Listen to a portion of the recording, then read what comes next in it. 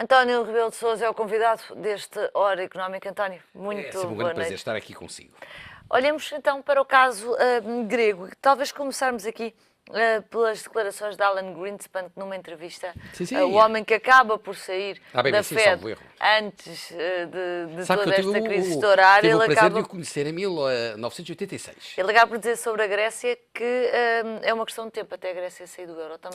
Pois, Também vê as ele coisas está assim. convencido disso. Eu também tenho realmente muitas dúvidas sobre o que é que vai acontecer na Grécia.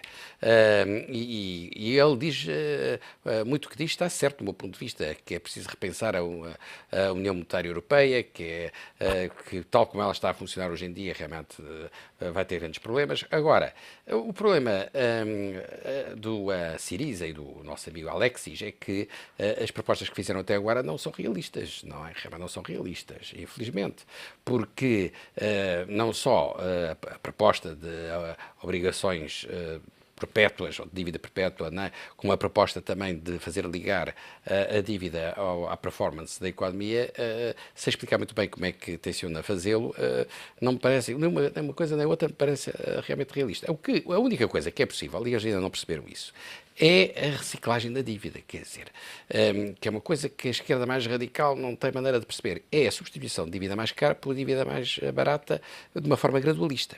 E isso pode-se fazer com um mecanismo europeu de estabilidade, ou um mecanismo europeu de estabilidade, pode-se fazer isso, quer dizer, pode realmente financiar uma taxa de juros mais baixa e com isso liquidando por tranches a dívida mais cara, por forma que a taxa média ponderada de juro da dívida tende a diminuir. Isso permitiria aliviar a situação orçamental, porque neste momento já tem um saldo primário que é positivo e se realmente os encargos financeiros daqui por 1 ano, 2 anos, 3 anos baixassem substancialmente, então a situação do saldo global poderia vir a ser resolvida. António, mas convém relembrar que no caso da Grécia o esforço orçamental para se pagar os juros da dívida é metade do esforço feito em Portugal. E ao mesmo tempo, isso entrando aqui a nossa conversa também no que foi este fim de semana dentro do Parlamento grego, a parte que no fundo justifica porque é que a Grécia chegou a uma situação em que tem um excedente orçamental, essa estratégia é aquela justamente que parece estar a ser revertida pelo novo Pois, governo. e Como é que depois se há compatibiliza tudo pois, isso? depois há aqui algo que, infelizmente, há uma esquerda que tem este tipo de discurso, que é a austeridade tem sido má e, de facto, tem sido muito mal gerida em diversos países, não tem sido bem gerida e tem tido consequências negativas, inclusive em Portugal nem sempre foi muito bem gerida, mas consideram que a alternativa à austeridade é a ausência de austeridade. Não é? É realmente uma política puramente expansionista. Ora, isto não é bem assim. A alternativa à austeridade destruidora é a austeridade necessária, que tem que ver com o rigor orçamental e com o rigor das finanças públicas, porque vai continuar a ser sempre necessário haver rigor nas finanças públicas e rigor na política orçamental. E, portanto, quer dizer, não é possível, de facto, mesmo ter uma política a prazo de maior expansão da atividade económica sem haver simultaneamente rigor orçamental. Portanto, é aqui que a Syriza falha, porque o Syriza pode, enfim, ter uma perspectiva que é esta. Vamos reciclar a dívida e, ao mesmo tempo, tentar negociar com a Europa fundos estruturais reforçados, sem haver a coparticipação de uma componente grega. Quer dizer, sem haver a obrigatoriedade de coparticipação de investimento grego, realmente, e, portanto, isso pesaria no orçamento de Estado grego. Olha, isso é que era uma coisa importante. Negociar algo deste género. E agora, realmente, podia também negociar outra coisa, que era, de facto, gradualmente ir-se repondo a situação em termos salariais, enfim, até certo ponto, evidentemente, na função pública ou nas pensões de reforma, ir gradualmente fazendo isso. Agora, tal como está, enfim, na mente do nosso amigo Alexis, não é isso que se pretende. Pretende-se, num curtíssimo prazo de tempo, tempo repor a situação existente antes realmente do resgate. Ora, isso é muito difícil de conciliar com, enfim, qualquer tentativa de acordo com a Comissão Europeia, porque a Comissão Europeia vai sempre, qualquer que seja o acordo, vai sempre pôr como condição o acompanhamento da política orçamental e da política macroeconómica, como é evidente. E não vai, e vai fazendo o apoio por tranches, e vai fazendo a reciclagem da dívida por tranches, não é? Vendo se há cumprimento ou não há cumprimento por parte do governo grego. E ter a pretensão de que é possível outra solução que não esta, é não estar... No fundo, António, a Europa terá de decidir entre um equilíbrio difícil se prefere correr o risco de deixar uma Grécia sair do euro e aceitar, no fundo, a forma como os mercados internacionais vão passar a olhar para a estabilidade da moeda única, ou então conceder, no caso grego, e esperar para ver o que é que acontece aos outros movimentos populistas, nomeadamente o Podemos e a Front Nacional.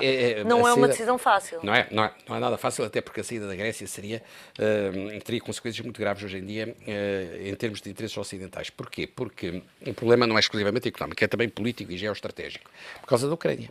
Porque nós, neste momento, quer dizer, eu estou sinceramente convencido, e outras pessoas realmente estão convencidas, com uma certa razão, de que a Rússia, neste momento, está a aliar-se à extrema-direita europeia. E, portanto, Poderá estar, a notícia que poderia estar, inclusivamente, a financiar movimentos como o de Marine Le Pen. Sim, claramente, não tenho dúvidas que isso pode estar a acontecer. Como, isso parece praticamente certo, com o Partido Nacionalista que se aliou ao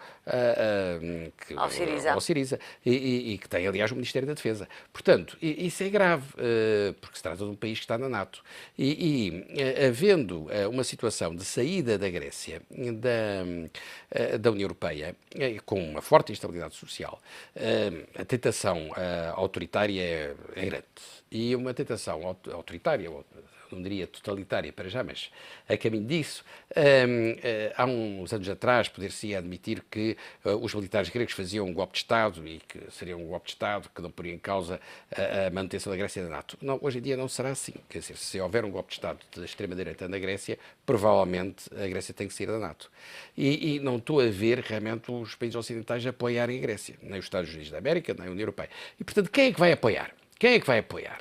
Quem está em posição de dar algum apoio, não muito grande em termos financeiros, porque realmente não está numa situação particularmente favorável, mas vai dar realmente algum apoio, é a própria Rússia. Mas os Estados Unidos disseram também na semana passada que esperavam que a Grécia se mantivesse no euro, que estariam dispostos a ajudar e mais, acrescendo a isto, esta vontade dos Estados Unidos de terem uma ação mais forte relativamente à Ucrânia do que aquela que a Europa tem tido, parece indiciar que os Estados Unidos não olharão propriamente para o lado numa situação que envolva cada uma dessas questões. E quanto a mim compreendo a posição dos Estados Unidos, seriam em princípio favoráveis a que a Grécia se mantivesse na área do euro e longe da Rússia. E longe da Rússia. E a mesma coisa com a Turquia, que também está a ter uma evolução, enfim, preocupante.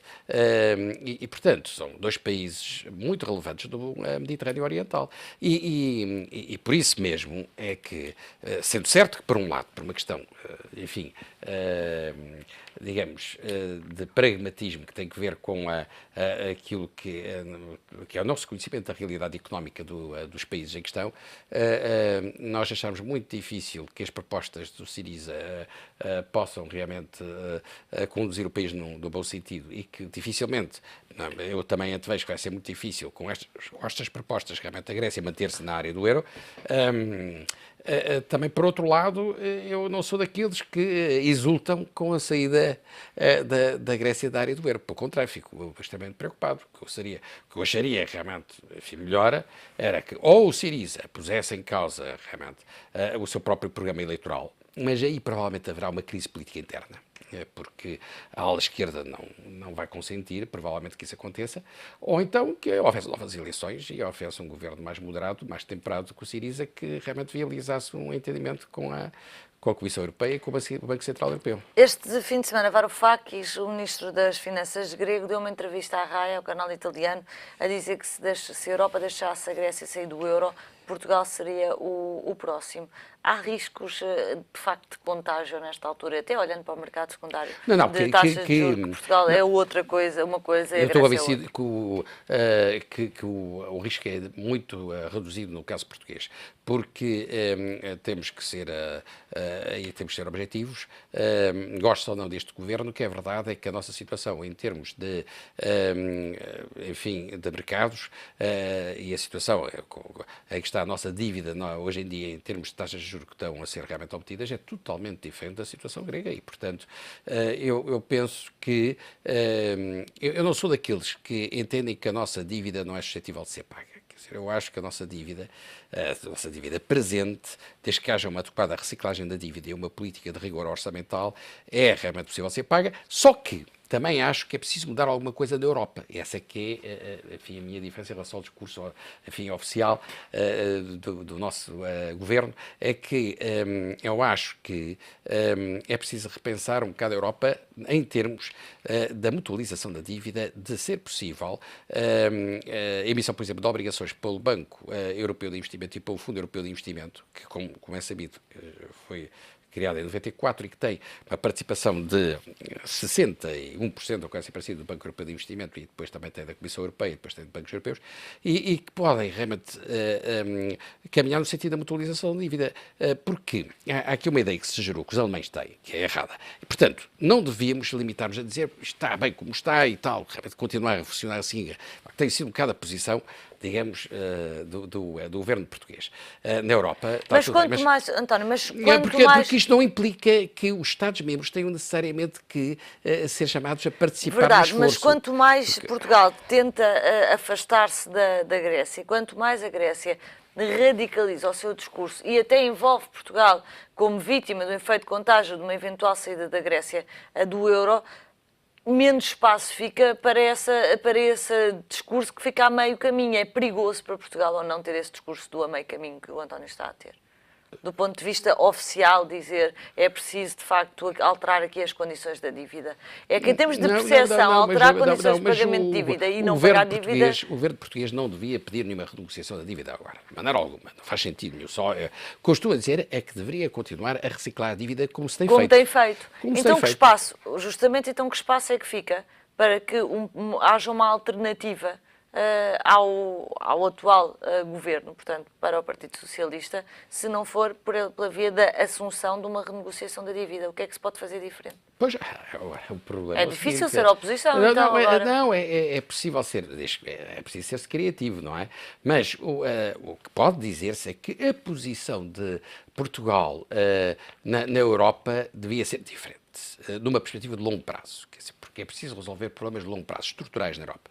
E realmente, quando há diferenças de rendimento muito elevadas, quando há convergência nominal, mas não há convergência real, há que pensar em certas questões. Por exemplo, é preciso haver critérios de convergência real também. Quer dizer, juntar os critérios de convergência nominal, critérios de convergência nominal que têm a ver com a assimetrização, que têm a ver, por exemplo, com a taxa de desemprego. E aquilo que é a cláusula, digamos, enfim, prevista no artigo 64 do Tratado de Maastricht, de acordo com a qual quando há dívida, déficit sustentário, superávit. Não, déficit sustentário, quer dizer, em que realmente há uma série de penalizações realmente que são aplicáveis. É o chamado procedimento de déficit excessivo.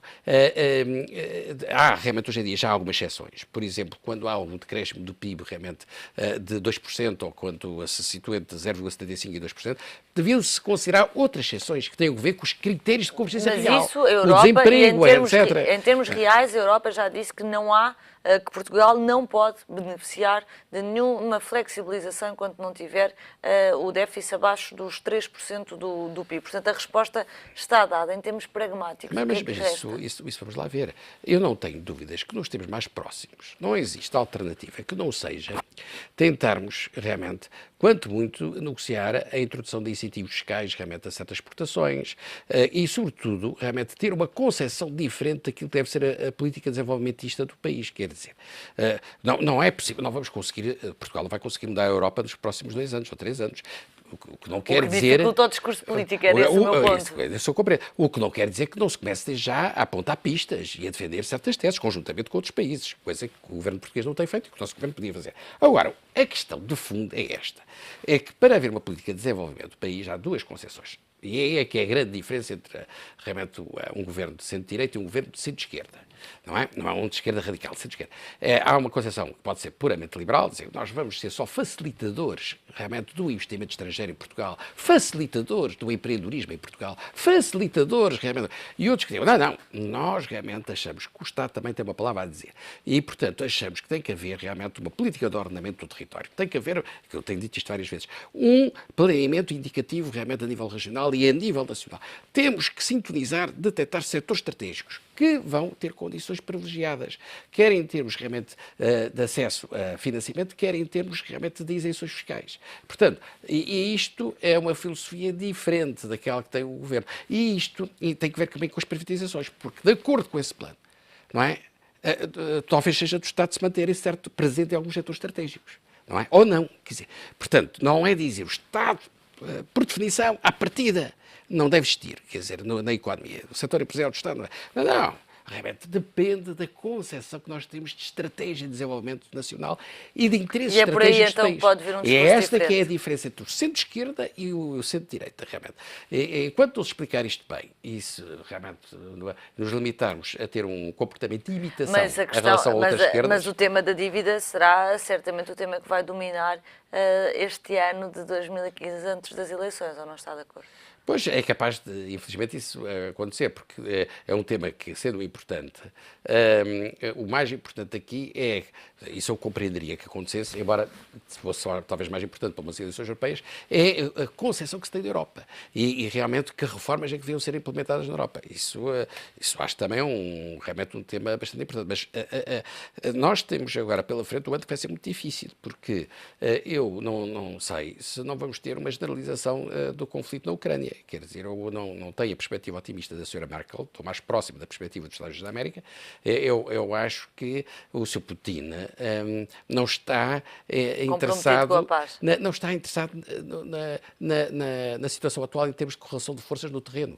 Quer dizer, ele ambiciona enfim, estender a sua influência a Kiev, realmente, e, portanto, o que ele pretende é, de facto, que a Ucrânia, como um todo, continue a fazer parte da sua zona de influência, Sobretudo quer ganhar está a ganhar tempo. à Europa.